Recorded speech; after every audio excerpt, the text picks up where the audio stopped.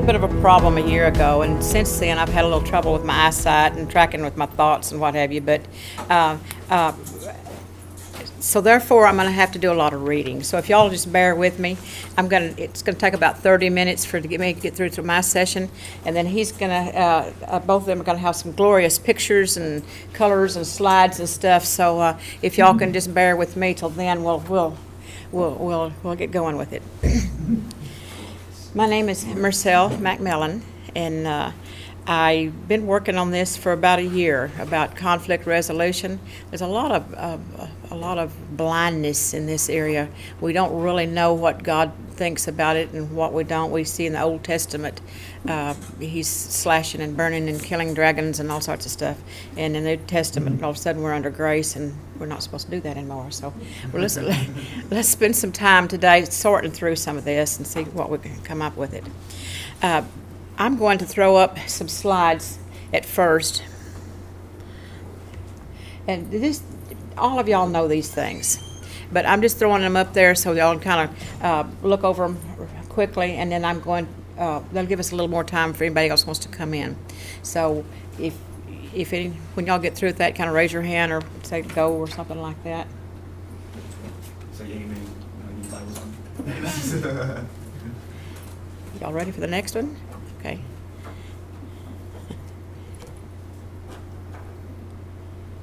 So if you can talk us through these points and explain what you're thinking about this. Oh, okay. Yeah. Promotes mental exercise and develops tactical skills. I took a little poll on Theology Gaming University, and I come up with these things, and they were so good. And I know most of y'all know them, but I'm going to make a point later on in the speech about, and you'll kind of tie it back in. Fulfills our longing for ongoing formation, to become better, to overcome, to problem solve. Yeah, also, all you guys should go and join Theology Gaming Community, Theology Gaming University on Facebook. This is a group that my buddies Zach and Brian and I kind of started to be a forum for other believers who are just processing complex ideas, thoughts, etc. It's also where Murselle and I met. It's where Justin and I met. It's also where Thomas Henschel and I met. It's just been this super rich community of just very small crowd. It's just like 200 of us. They're amazing, and I stand awed that the people can love games, love the Lord, and behave themselves. Like, how can you get that many? Sometimes. Yes. There's a lot of theological diatribe that's in there. Yes. You can talk about God. You can talk about God all you want. Yeah. Okay. Learn to exercise discipline and correct poor choices through gameplay. See, I told you I didn't track very good on this. You want to read these suckers? Yeah. If you don't mind, I'm just gonna Yeah. just guide, because you're the one who put all this together, but Yeah. it's collaboration anyway. So this is something that we found in violent games, that when you sate violent impulses, when you give someone the opportunity to do something virtually, they're no longer curious at what that's like in the real world. So that just kind of like takes out a lot of the impulse to act violent in the real world. That does run in conflict with Jesus, what Jesus says about, what's in your heart, is important. But it has real world benefit. So it's a therapeutic tool and coping mechanism for real life traumatic experiences. All y'all were at the film last night, so I don't think I need to elaborate on this. Internet games, much like sports and business, gives an acceptable way to act out warrior instincts in a socially acceptable manner. Any of you guys familiar with the Magic Circle?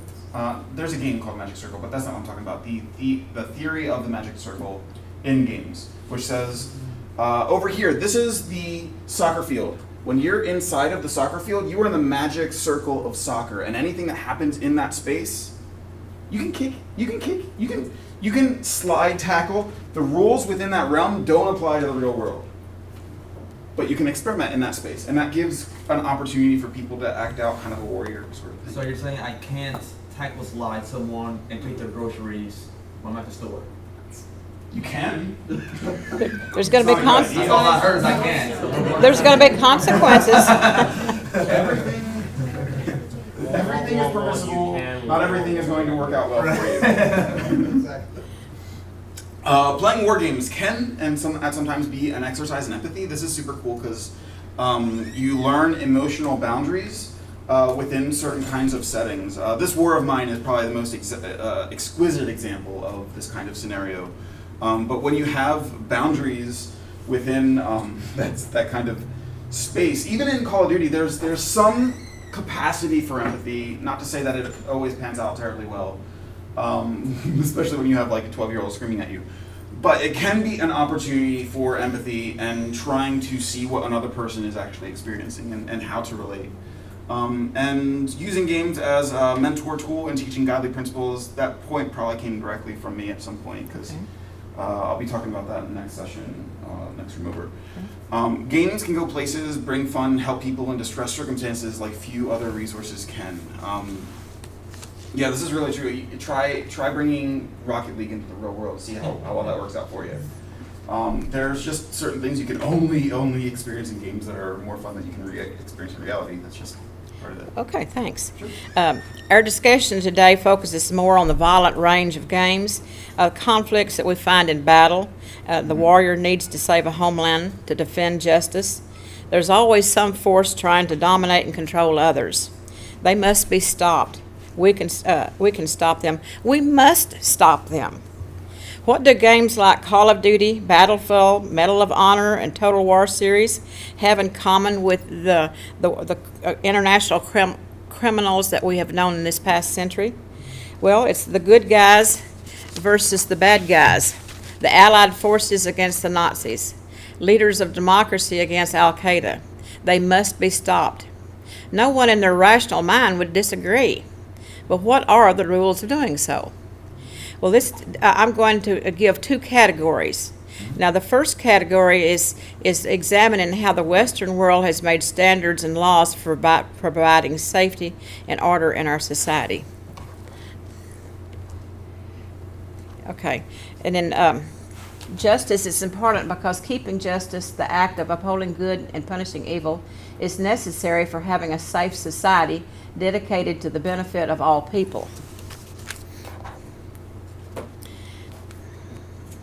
With that said, the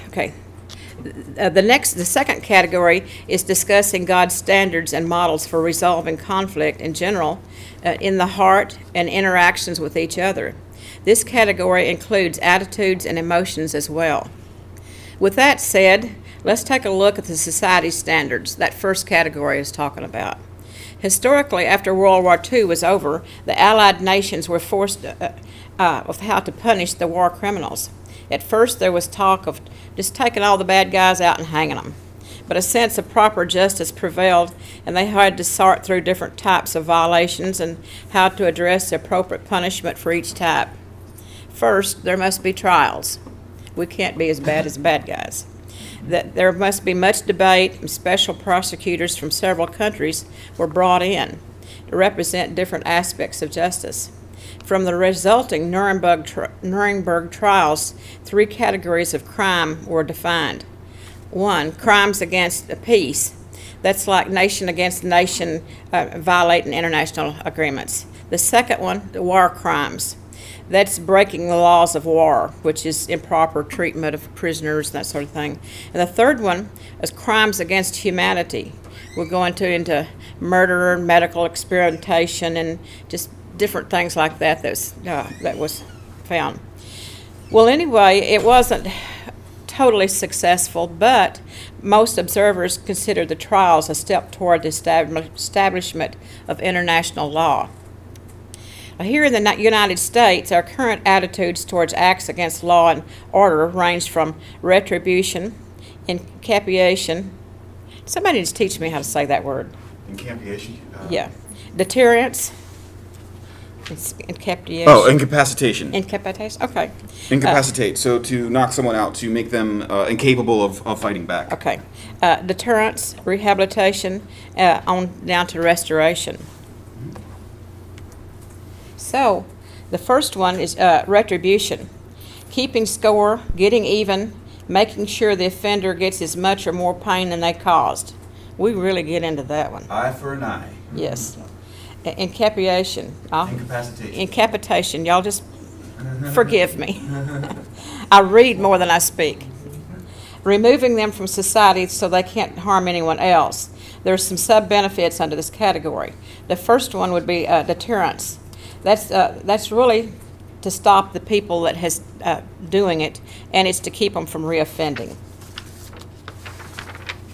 Rehabilitation.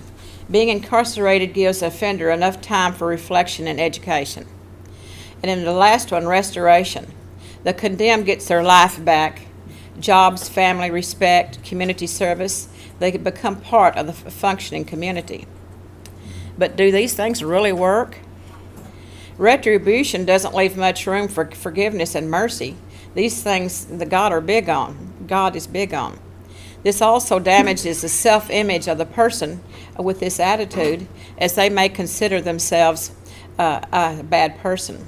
Guilt lingers on in their life. Hate robs them of peace. It's guilt and hate and fear. That's one of the big problems. The biggest problem with retribution isn't that we lack the rational understanding to move beyond it. It's with the emotions involved. You know, sometimes I just sort of like being mad. You know, it just gives me a while to want to give that one up. And so that's just our fleshly nature. Well, the incapacitation solution, Swagger. even though it provides an immediate answer, leaves several debatable issues. How long should the sentence be? What would be just? Who's to say they're not just still bad guys who are looking to get even when they get out? They're hidden away, out of sight, easily ignored, so deterrence can be somewhat limited. Besides, it doesn't provide any changes to the heart of the person unless that person meets himself and God in a positive way. But rehabilitation programs and wanting a new life are still not the cherry on top of a sundae. Needs a little bit more. So we come to restoration. This is God's thing. He reveals in restoration and putting lives back together, but most of all, He restores us to His kingdom living, being a part of His family, His children. Prevention. And we've mentioned these other things here, but... Prevention. Okay, we'll just kind of ignore that for a minute. We need to save people from the heartaches of discipline as much as possible. We want to catch them before the disastrous acts happen. We need role models, mentors, character-building teachers, nurturers, people that offers hope. We need games that do this too. So, if this is the ultimate answer, we need to look at what His blueprint in the Bible shows. We need to accept the power coming from Him to help us with this kind of living. The law of the Old Testament proved we were incapable of righteousness on our own initiative. But before we move on to category 2 about the ways of God, let's look at why do we need to know these things mentioned above? First, we need to know and compare how God stands on conflict and punishment. Next, if games reflect reality, we as game developers need to know the options that would help portray His teachings. Do we want to make games that offer insights? Would that take all the fun out of them? I don't think so. It really give it more depth. It just deepens it. What is our motivation in playing a game with lots of violence? Research shows there are neurochemical releases such as endorphins, as well as activity that satisfy psychological needs. If it's just to immerse oneself in slashing and burning, then going to a gym or taking up boxing or fencing would give us more physical activity. There is more complexity to us humans. Let us explore further. What are the yearnings of the human condition that games satisfy? There are 5 basic reasons people play games. 1 is escape, exploration, collection, achievement, fame, accomplishment. Every game mechanic is created by designers to satisfy one of these reasons. Predominantly, most war games are about achievement, racking up kills, gaining territory, or fame, becoming the best marksman, strongest soldier. Now, I don't know if y'all have read Jane McGonigal's book, Reality is Broken. If you haven't, it's a very good read about gaming. She basically says the same thing as she lists 4 intrinsic rewards of gaming. We crave satisfying work. We need to feel successful and powerful. We crave social connection, and we crave meaning or the chance to be part of something greater than ourselves. I suspect the reason why we turn to games is because of a God vacuum. We are created to be more like earthly vessels in which we live as more than. Let me start this again. It's okay. It's just important to note that Jane McGonigal in general has she's not a believer, but this is just a kind of Yeah. a scientific study that she's done on games and has come with these major takeaways that these are the things that games we want out of games, and they all, if you look at them at the right angle, they all point to God in some way, shape, or form, or things that God wants us to have. Community, meaning for the greater sense, work that's actually in good in some way, shape, or form, and. But she also introduced the idea to me that we have stuff missing in our life. We go about work, we go to church or socialize. We don't see much of the result of a work that we do. We live segmented little lives in little rooms of expectations. It all becomes tedious, even boring. We can get desperate for our predestined but vaguely elusive nature of God, being like God, made in His image. There are those of us who would like to roam the earth, do exploits, and accomplish great deeds, to feel the power of God under our wings, metaphorically speaking. As children, we rehearsed grown-up behaviors by playing games. The little child pretends to be mommy or daddy to a doll. The nurse tends to her pretend patient. Perhaps God uses games like a training camp, a boot camp of sorts for growing us up, sharpening our skills, providing us problems to solve. We can go back to that list of the benefits of gaming that we saw first, and we could see how this could be true. If it is, we need to discern how we're being trained, if we're training ourselves with good things or bad things, and what we're putting in games for others to play. Who is our real enemy? Our fleshly nature, the world system, or the evil one himself? Now, each one of these different enemies, we have a different way of dealing with them, and it brings a different idea of war and justice. But remember that list about formation? How are we being formed? We're made in the image of God. This is revealed in the person of Jesus. Jesus is a mighty warrior, but not in the physical sense like the Jews were looking for. It is in the spiritual world. His weapons would look weak to us, but actually are far superior in resolving conflict. Mm-hmm. We're talking about sacrifice and suffering and forgiveness and mercy, cleverness, peacemaking. I grew up with the boys. I was one in a household of boys for a long time, and those things didn't look too strong to me. But he never killed anyone, nor did he get physical except for casting out the money changers from the temple, his father's house. Yet he whooped the greatest enemy. Right. Yet he whooped the greatest enemy, Satan, and his hordes. Since we are made in his image, what can we say about our spiritual DNA, our likeness to him?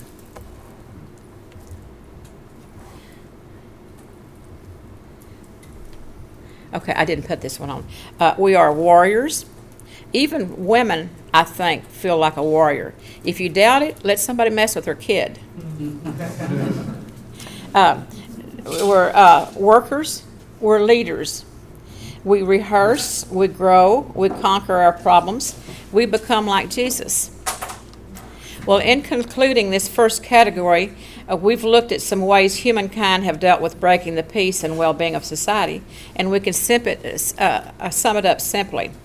War and violence is self-defeating because, even though in short-term solutions may seem best, it promotes hate and fear in the long term. Nonviolence promotes love and compassion, even though it takes courage and more effort, probably because emotions must be controlled. Unity, not separation between people, leads to peace and healthy societies. I've already explained to y'all the definition of justice. Okay.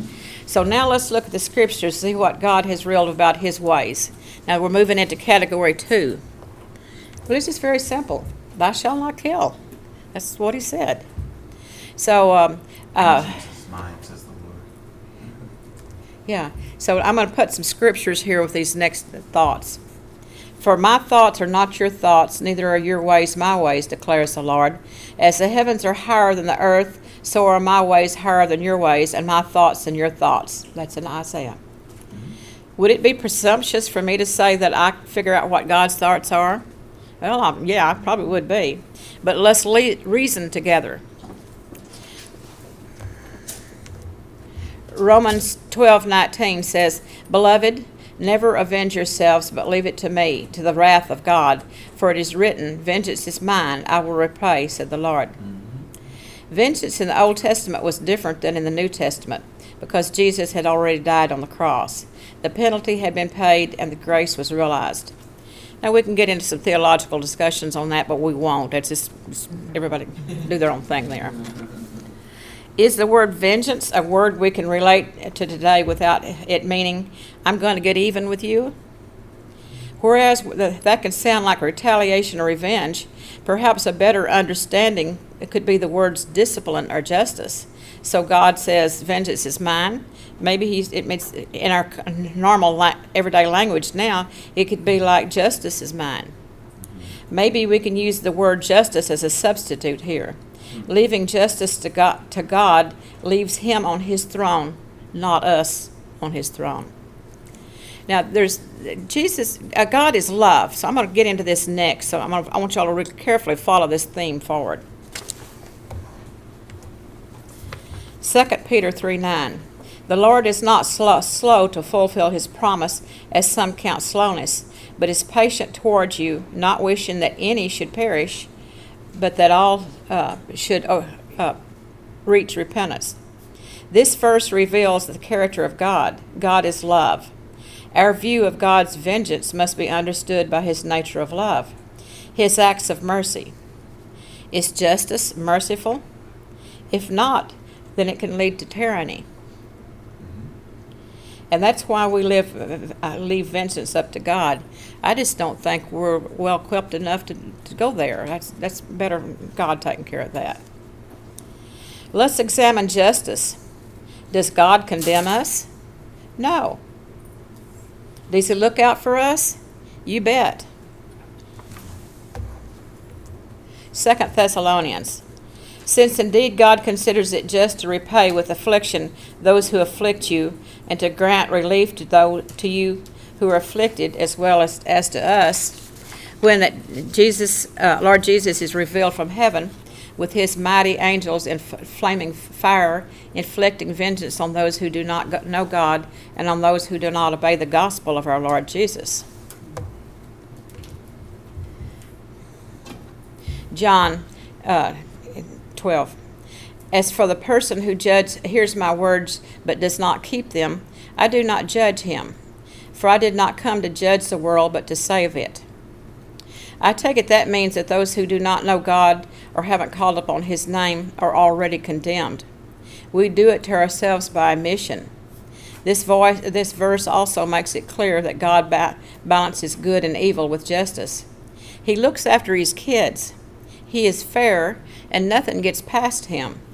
He balances a scale in one way or another, but he does it in his own way because he is omnipotent and omnipresent.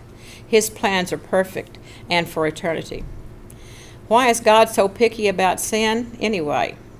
A teenager might say he is uptight. Not even one little bitty sin? What gives? God is perfect. God is pure and holy. He created heaven as perfect, pure, and holy. His love and light and being keep it whole and pure. He did that for earth at one time, but man's choice broke it, made it full of chaos. He cannot allow that to happen to heaven or to the universe. It would no longer be pure and holy. I suspect it would fall into chaos. He laid out the rules, but he loved us so much he also laid out the solution. He would pay our penalty if we would only accept it. So is God the great policeman, watching us humans and making sure we follow the rules and everything runs nicely here on earth? The great story as told in the Bible shows him to be much more.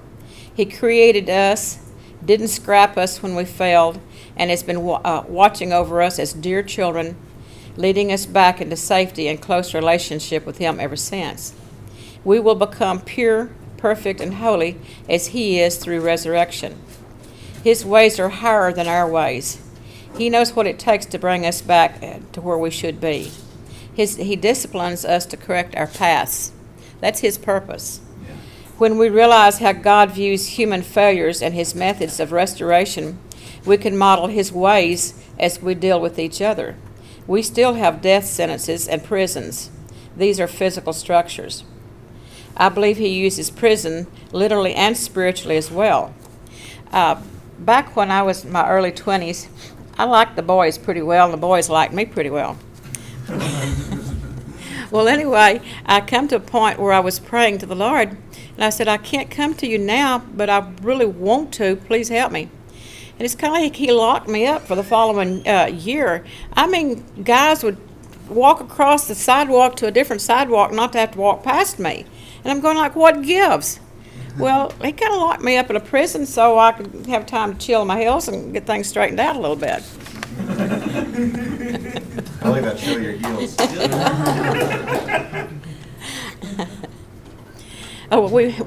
We've been talking about the different kinds of disciplines that are for after the fact criminal activities. What can we do as problem solving, conflict resolution before problems escalate? How can we model his ways of justice and discipline in game design and development? Well, we can do these things. We can find peaceful solutions, practice love, and recognize values in others. Yeah. Now Josh is going to be pulling out some of these things in the games that's already been created. He's going to help show these as examples. Okay, offer alternative solutions to battlefield. Mm-hmm. Discern the real issues. Expose hidden agendas of self-interest that put others at risk. Refuse to cooperate until the issues are clear and the goals are justified. Practice prayer to check in on divine intervention and redirection.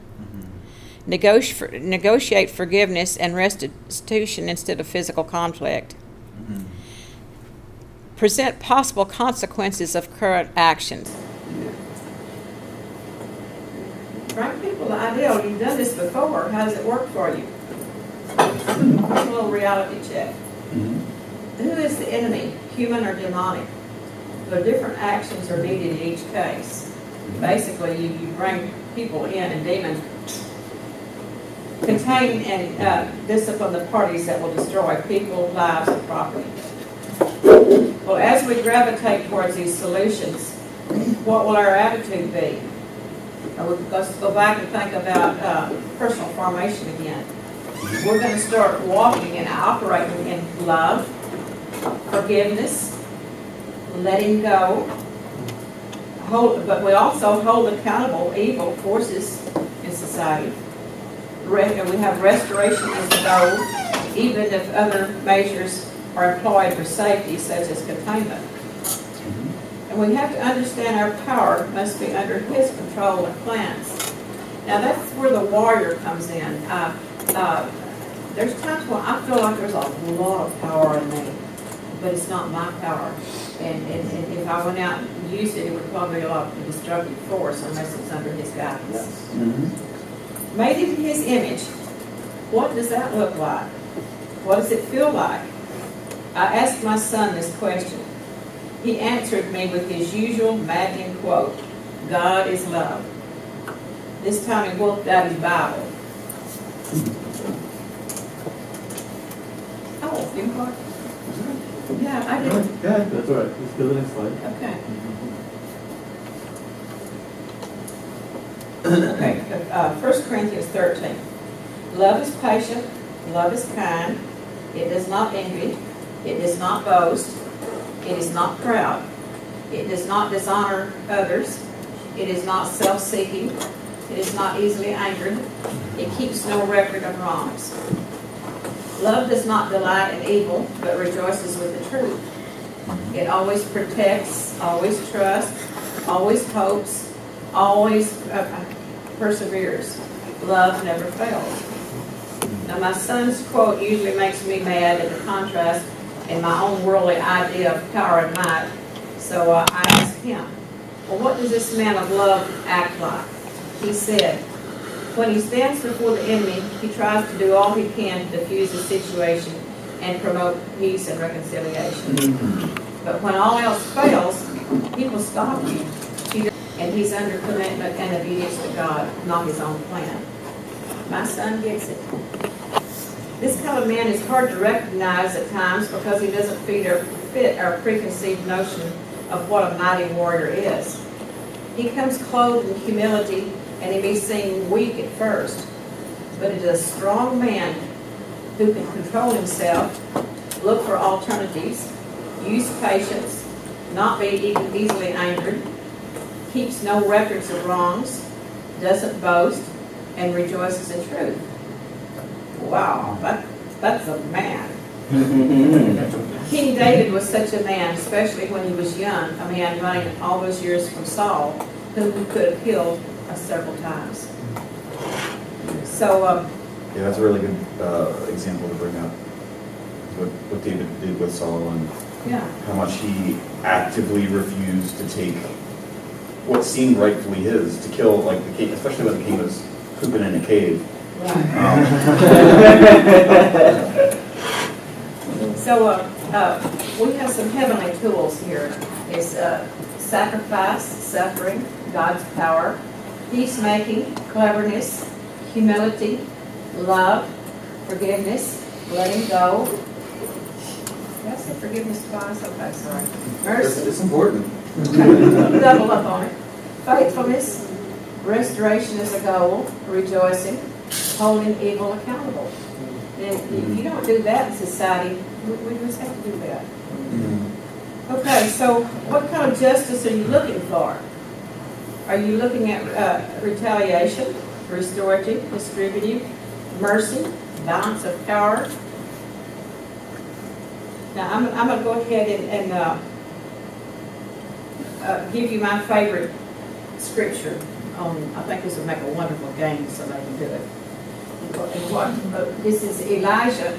He's out with his servant, and the servant sees all this hordes of the enemy coming down upon him. And so the servant gets really upset, and he's talking to Elijah.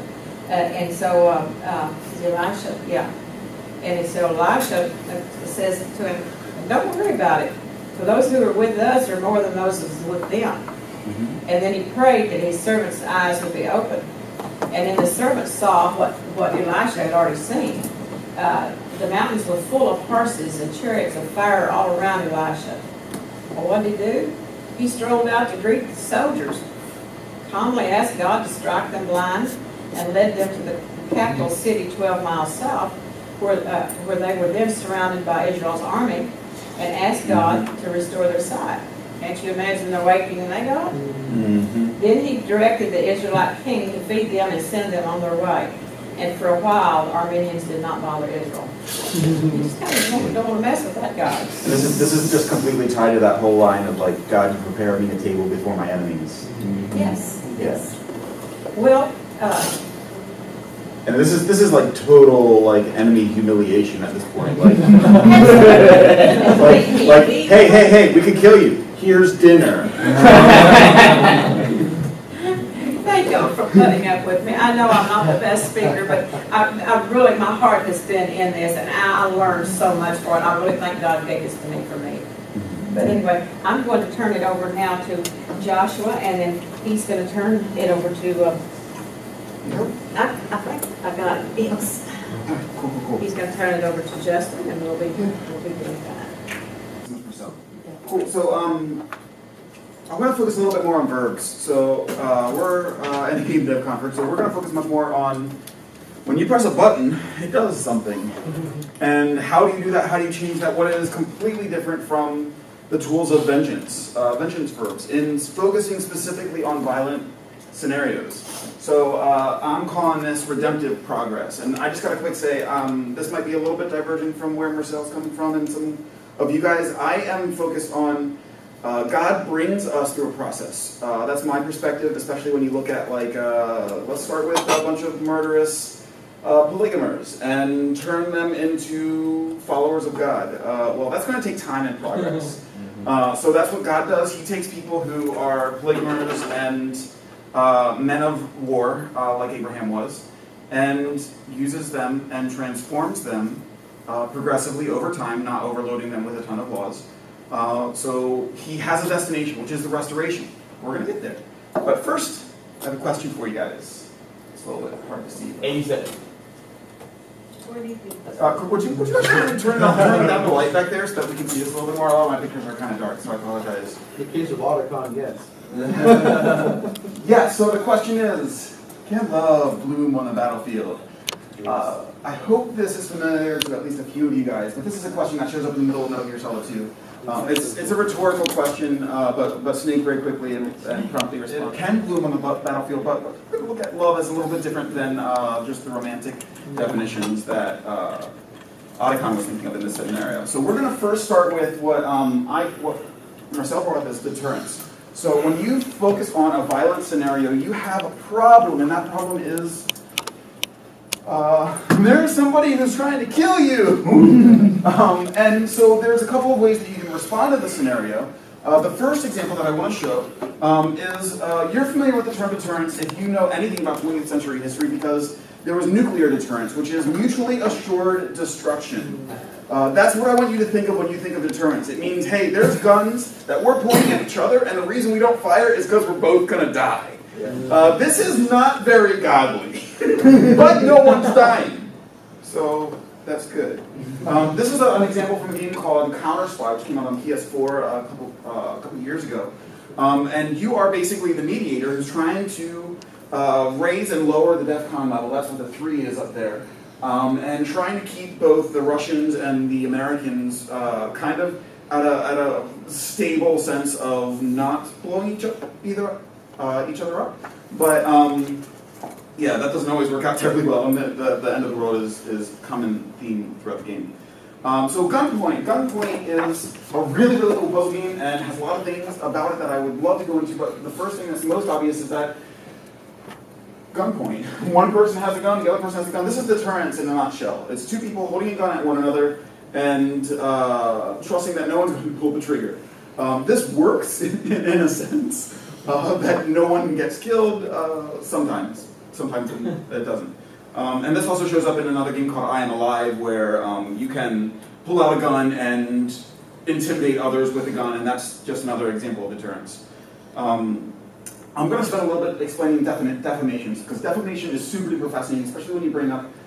sorry, I'm going to talk really fast. Especially when you bring up the idea of, here's an enemy, and I need to get this enemy out of the way. The enemy is trying to kill me, they're trying to harm me, they're trying to hurt me. And in Republic, there is an enemy. In this particular case, there's 2 guards. And any other game, you see 2 guards blocking a door, and you need to get to that door. So what do?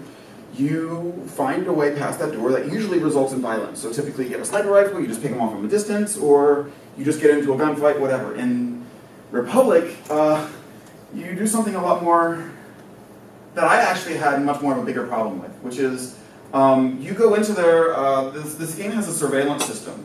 So you go into the surveillance system and you can actually go into people's houses, investigate things in their space through the camera, check out information, and then once you find information that you like, in this case, you can take information from these guys' rooms and then put it into the press. And then you can publish that into the press using this advanced security system to shame them publicly, which does not sit very well with the main character.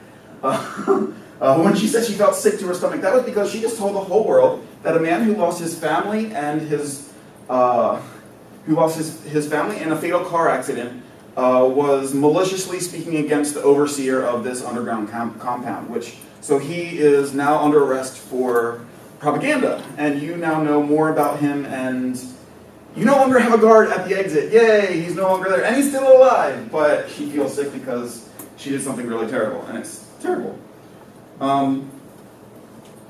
Let's see, did I have another? I skipped over an example here, sorry. So I just want to bring up another example of defamation, just so that you have a better understanding. Another game, another overseer. So in Dishonored, which was just presented here, actually when James was here, when he was talking about sound, he used Dishonored 2's trailer as an example. But in Dishonored, you are a man who has been thrown out of the spotlight. You are framed for murder by the religious leaders and by the hierarchy in the country. And so you're sent to go and kill the people who defamed you, which, that's what's in all the advertisements for Dishonored. You're an assassin, yay, go kill. Except there's another option, and that is that you don't kill your enemies. Instead, you just defame them. In this particular case, this is the religious leader, Overseer Campbell, in which you have just branded his face with a branding iron, which says, this man is a heretic. So no longer will anybody in his religious order see him as a man of virtue, value, or anything, and you have taken him out, but he's still alive, which isn't really going to win you too many points. Okay, so this one I'm going to fly through really quickly, because incapacitation is the most common focus of non-lethal games. So when you're talking about violent conflict, you're really talking about incapacitation. Now, a lot of these are going to seem a lot more useful and godly than others. Let's just start with the one that's not. So, and now I'm gonna cycle back to Metal Gear a lot because Metal Gear has a ton of verbs, but this one is wounding. So you'll see that Snake here has a weapon with the little orange there means that he is going to be causing damage. And when those guys come out, he can shoot them with a gun. And guess what? Guns, just like real life, don't always kill people. They can a lot of the time, but a lot of the time they don't. And so he can just leave his enemies there, crying, asking their buddies for help, and hoping that no one hears them. That's one option for him. That's not going to lead to the best, most helpful resolution, but that's an option. Another option is the stick-up. This was implemented in... Yes. It's hands up. This is very similar, of course, as you saw earlier, to the to Deterrence, except for, in this case, it's about sneaking up on someone and giving them the threat of violence without actually following through, so it's kind of similar. Then there's tranquilization. This is one of my favorites. So this is just straight-up pacification. So when you hear people talk about pacifism, you have to consider the implications of pacification, which is a very active thing. We're going to come back to the various forms of pacification, which varying terms. So this is the sleeper hold, which is implemented in the first Metal Gear Solid. Then there's the taser in Deus Ex. There's knockout punch, which everyone is familiar with Batman. Everyone loves Batman because he doesn't kill his enemies, but he does cause a lot of brain damage. The blackjack in Thief, another very familiar tool, is just something that you sneak up onto the back of your and smack on the back of your enemy's heads. Again, using the knockout punch. This is, again, not going to prevent any kind of concussion. Gas grenades. In Splinter Cell implemented the idea that you could throw gas grenades and then they deploy and then they just kind of like put people to sleep. And it's nice. Oh, they just go to sleep. Then there's sleep darts in Dishonored. Again, putting people to sleep. There's pepper spray. Pepper spray is actually a little bit unique in Republic, considering Republic is mostly about you trying to keep this main character, Hope, from getting caught from this police state that she lives in.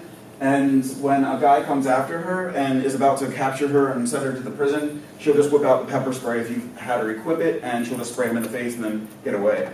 I'm a big fan of pepper spray compared to a lot of the kids in my town like carrying around knives. I'm like, you need pepper spray. That's not going to cause any permanent damage or death.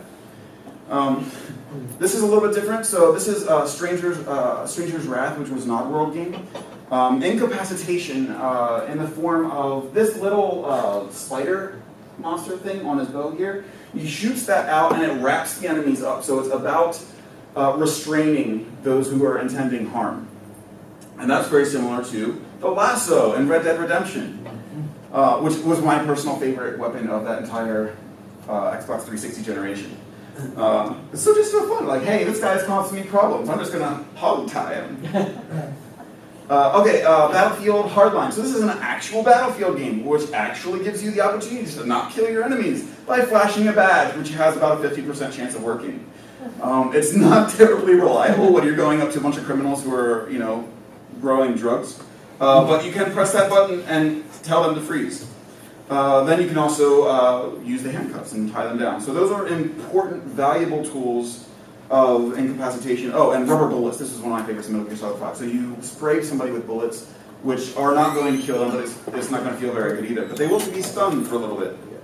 Oh, this is another one. This is all the way back in the year 2000 on the Nintendo 64. Back in my day. Back in my days. You have, in that day, a lot of games were about the alternate function for your gun. And for your main unarmed gun, your fists, the alternate function was disarm. And so you would just punch somebody, and then they would just magically drop their gun. It was awesome.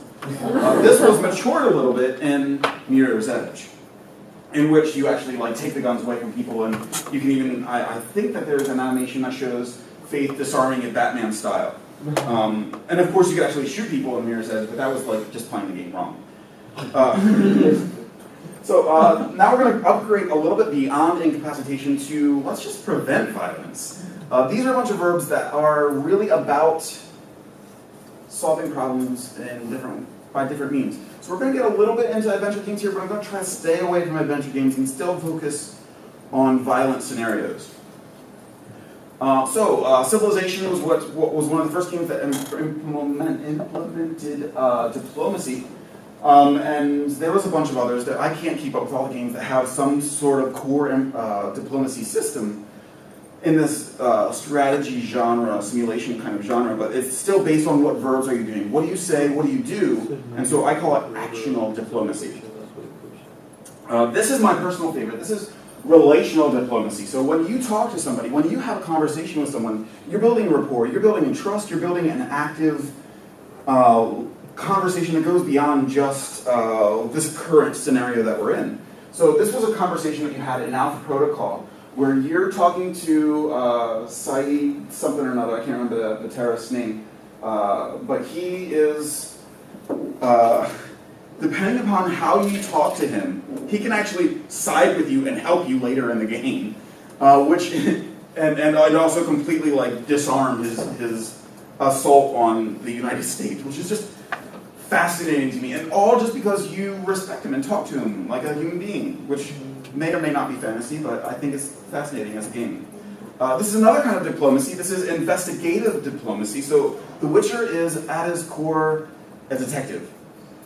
I don't know how familiar you guys are with the Witcher series, but Witcher is fundamentally a guy who follows clues, and once he follows a chain of clues, he's able to use that information in the dialogue conversations, and that will lead to options. You'll see that the top is gold because that's a special option that was might not be available otherwise.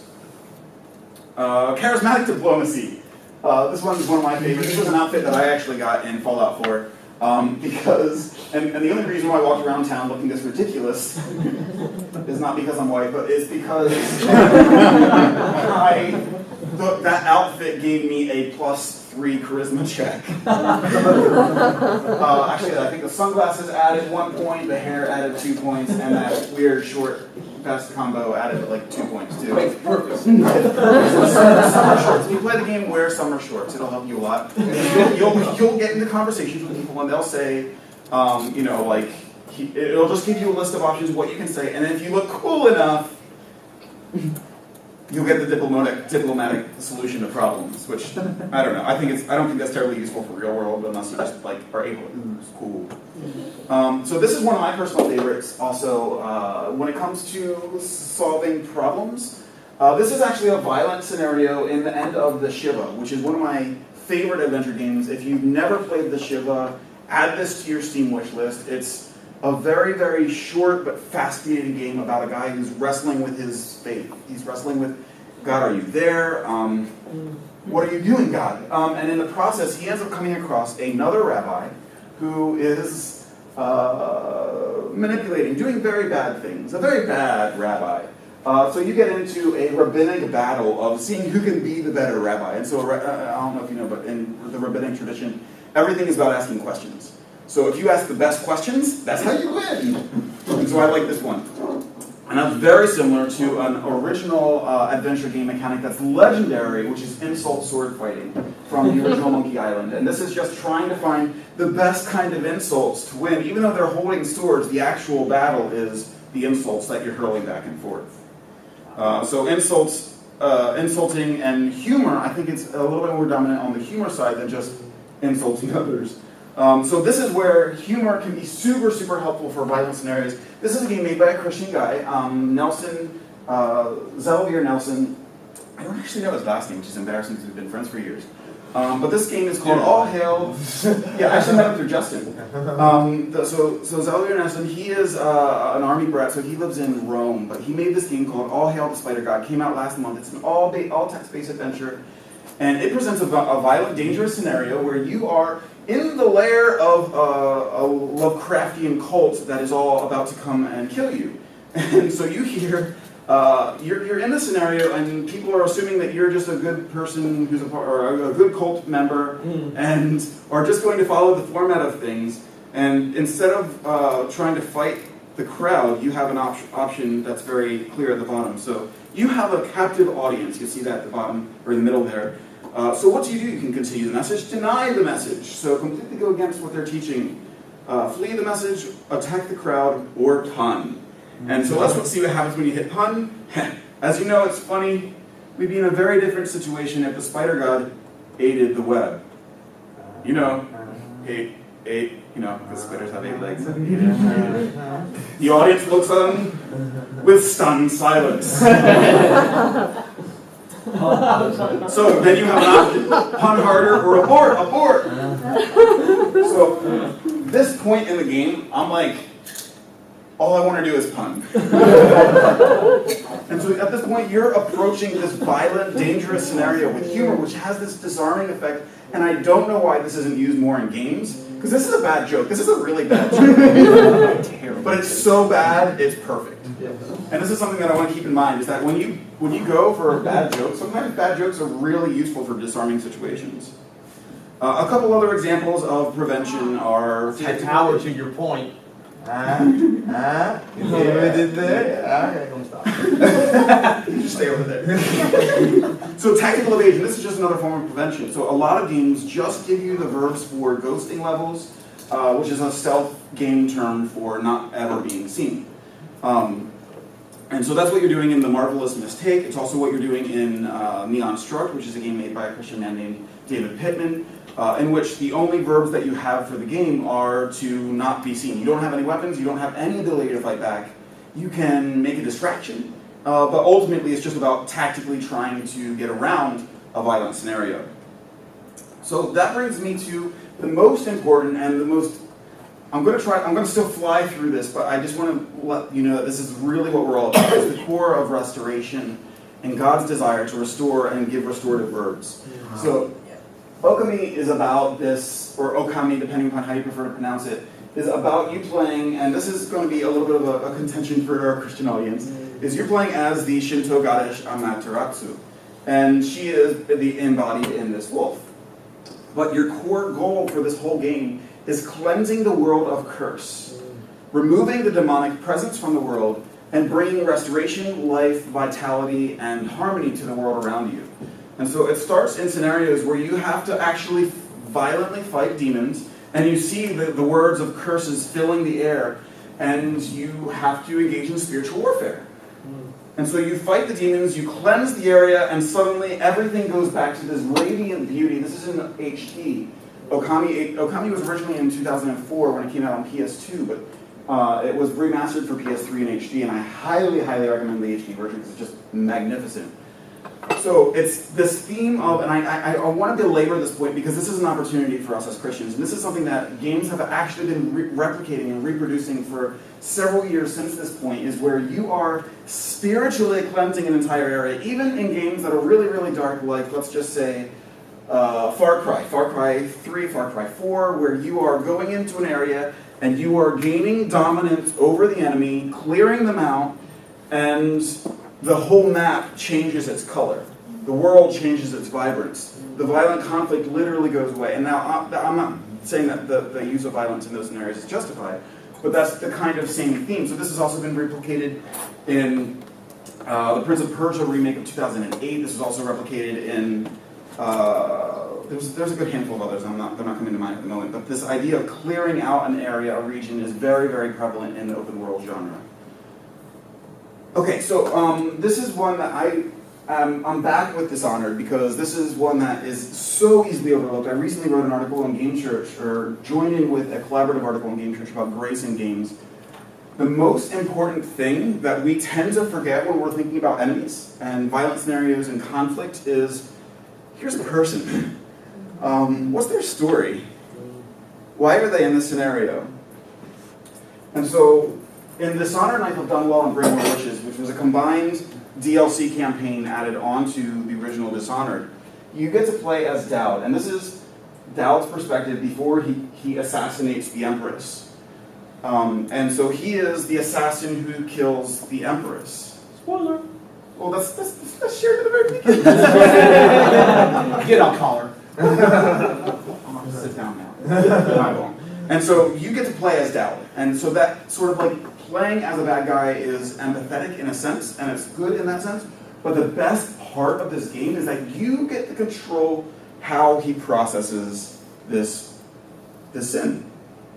Does he change? Does he repent? Wow. Or does he just continue to go kill people? Just continue to be an assassin? And so you literally, in every scenario, you end up coming across a major antagonist who is this witch named Delilah.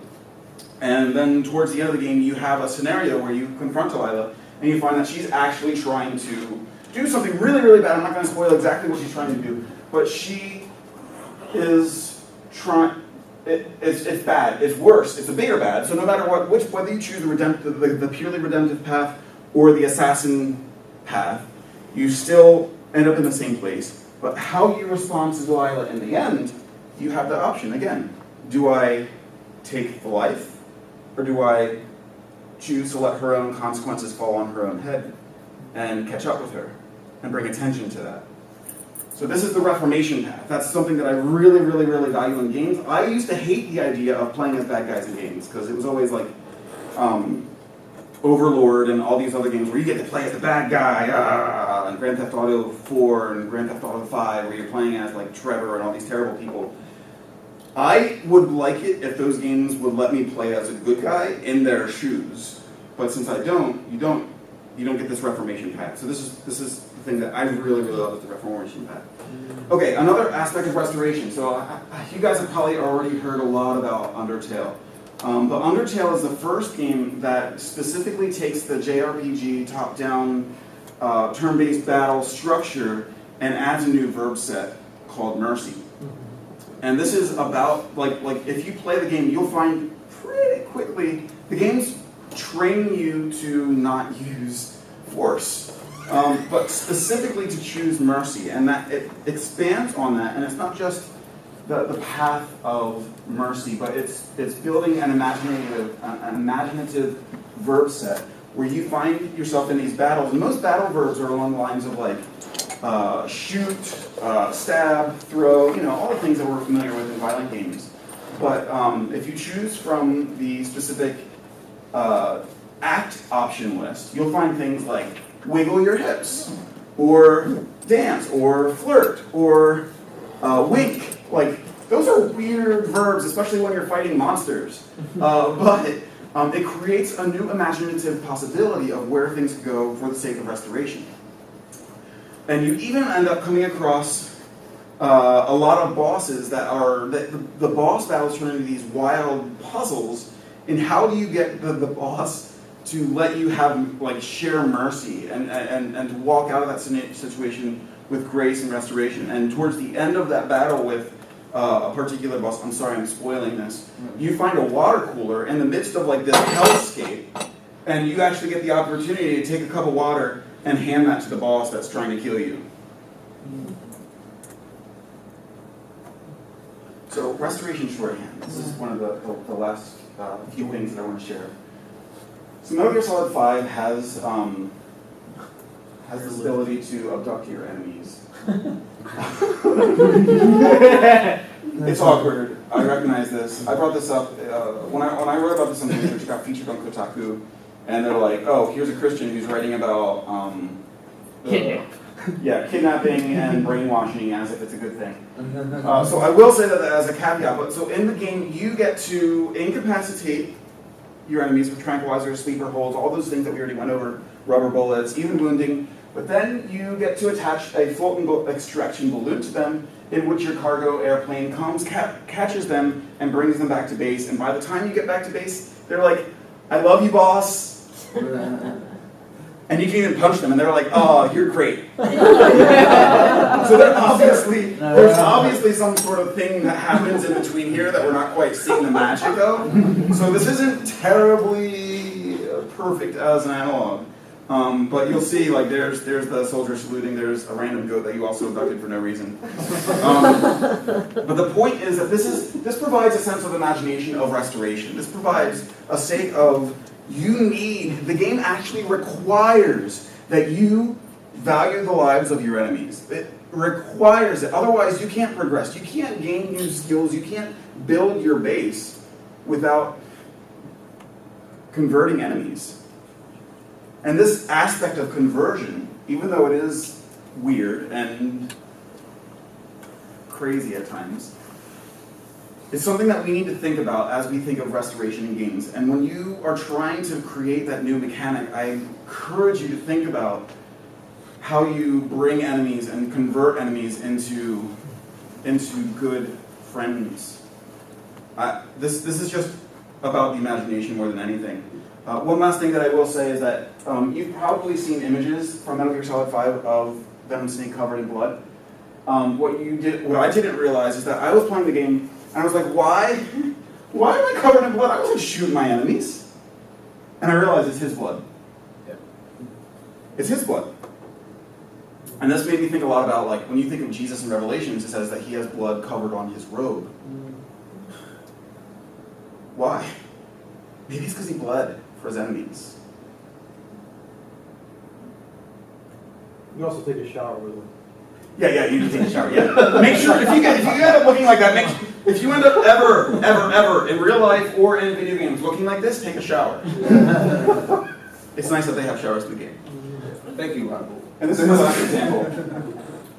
This is the restoration path that was illustrated in a game called Dropsy. Anybody here familiar with Dropsy? Oh, that's the game where you play Danny DeVito?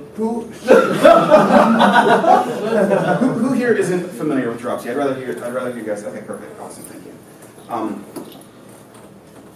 Dropsy was made by Jay Tholen, who is another guy I met throughout the Alex Gaming Group. Fantastic, awesome, loving. Dude is full of Christ. He loves Jesus fully. But he was picked up by Devolver when he came up with the idea of this crazy adventure game where you play as a damp, unintelligible clown who looks very creepy and loves hugs. He just loves hugs. And they're like, that's just so jacked. We love it. We're gonna publish your game. And in this particular scenario, you are in the middle of the town, and this woman is preaching about how rock and roll is the devil.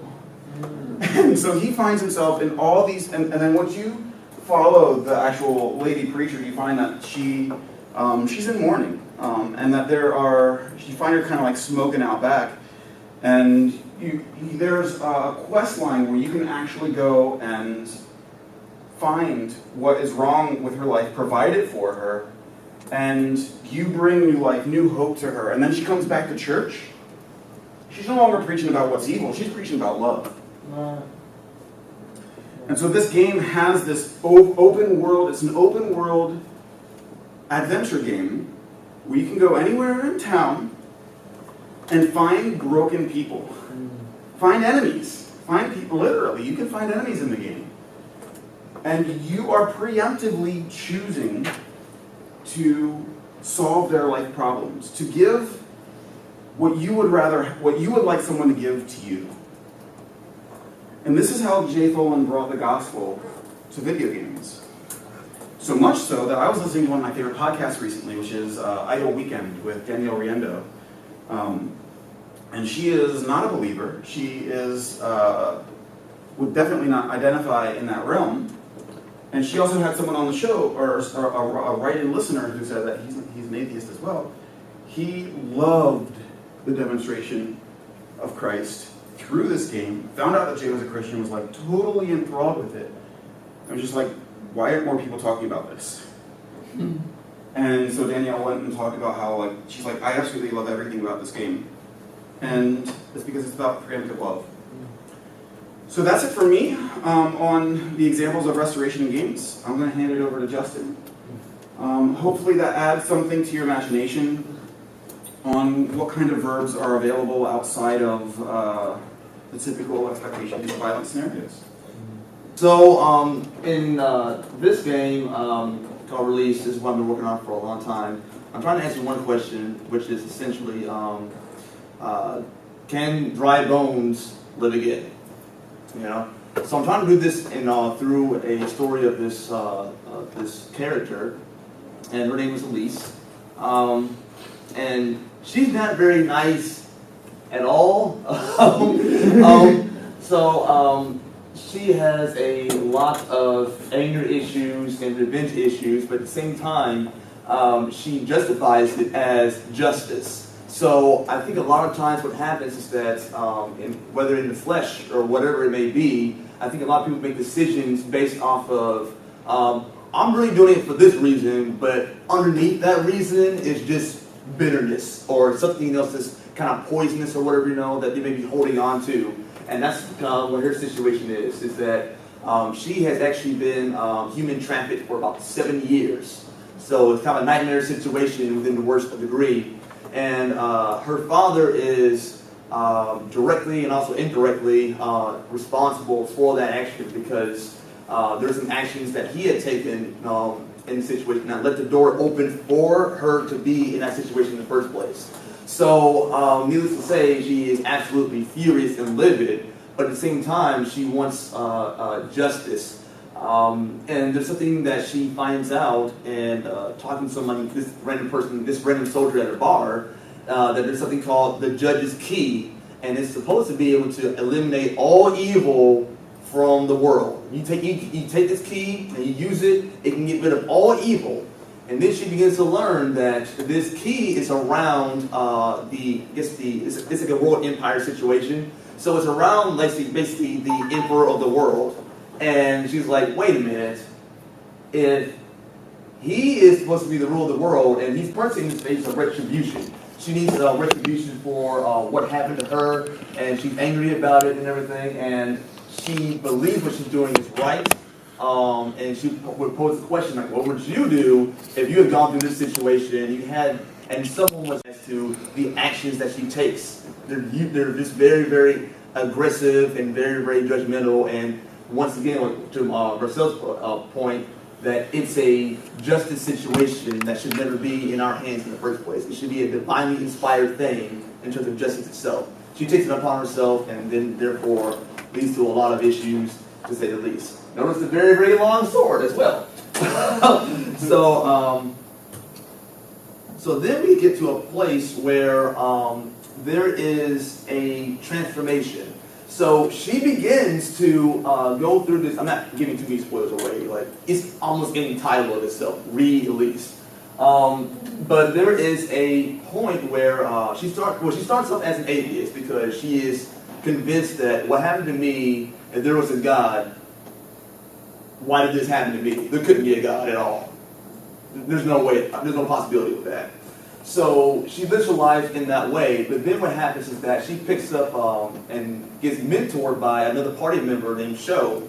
And Sho is a heavy spiritualist. He does creepy things. It's kind of like, why do you know that? How do you know that? Doesn't mean that he is in this universe a Christian, but it just simply means that he understands the spiritual world and he uses that, and it's in her face more and more and more and more and more. So from that place, she begins to understand, and then eventually, when it all she gains everything, but at the same time, that loses the soul part. there becomes this moment of spiritual clarity where she's like, okay, whatever this deeper spiritual problem is, I need to submit myself to that. And so there is this incapacitation to her own self that happens with her. So, and that becomes the deterrence within itself. So I'm kind of going from this a little bit in terms of an angle. So I'm looking at the old way of doing things as an obsolete idea. Okay? An obsolete idea. So, we look at Hebrews 8. Actually, somebody turn to Hebrews 8 because I love this. Just someone turn into a Bible and just reading it out loud. I love that. I love that. He went to Hebrews 8, but I'll be explaining this as we're looking it up. So essentially, the old ways are indeed obsolete because of the new spiritual authority has rendered the old way of fighting obsolete. So, does anyone have it pulled up yet? Or okay, go ahead. What verse? Actually, read the entirety of chapter 8. It's not that long. Okay. Got it. Now, the main point of what we are saying is this. We do have such a high priest who sat down at the right hand of the throne of the majesty in heaven, and who serves in the sanctuary, the true tabernacle set up by the Lord, not by a mere human being. Every high priest is appointed to offer both gifts and sacrifices, and so it was necessary for this one also to have something to offer. If he were on earth, he would not be a priest, for there are already priests who offer the gifts prescribed by the law. They serve at a sanctuary that is a copy and shadow of what is in heaven. This is why Moses was warned when he was about to build the tabernacle. See to it that you make everything according to the pattern shown you on the mountain. But in fact, the ministry Jesus has received is as superior to theirs as the covenant of which he is mediator is superior to the old one, since the new covenant is established on better promises. For if there had been nothing wrong with that first covenant, no place would have been sought for another. But God found fault with the people and said, the days are coming, declares the Lord, when I will make a new covenant with the people of Israel and with the people of Judah. It will not be like the covenant I made with their ancestors when I took them by the hand to lead them out of Egypt, because they did not remain faithful to my covenant, and I turned away from them, declares the Lord. This is the covenant I will establish with the people of Israel after that time, declares the Lord. I will put my laws in their minds and write them on their hearts. I will be their God, and they will be my people. No longer will they teach their neighbor or say to one another, know the Lord, because they will all know me, from the least of them to the greatest. For I will forgive their wickedness and will remember their sins no more. By calling this covenant new, he has made the first one obsolete, and what is obsolete and outdated will soon disappear. All right. Amen. That's the word in the word. Magic background and stuff. So in those passages, though, is the question I would have to ask for someone who is in the process of rehabilitation, which is, what is the purpose of killing? If there's a new authority that she would have now in this new kind of covenant relationship within the context of the story. So instead of having a giant sword and just waxing everything all the time, she can now get to the source of the actual issue. The source of the actual issue are the principalities, all these things are going on a spiritual basis. So what she does then, instead of retaliating with violence, she actually goes into she actually go into the subconscious of a person, and begin to do spiritual warfare there. And you also notice too that she's put away the sword entirely, so that's just not what she is about at all. So this is a measure of rehabilitation. Okay, so once again, there's this new way in this core of attacking things. So here you can see moments where she is going into the subconscious area of not only herself, but also these are new characters in like the second half of the game. So. But once again, that Ephesians passage talking about how we don't battle against flesh and blood. So this is what you really find up against a lot of times. So this is what in this universe this is what you would call a demon, what they call Eurolites. These Eurolites are, you can see them if you play the game already.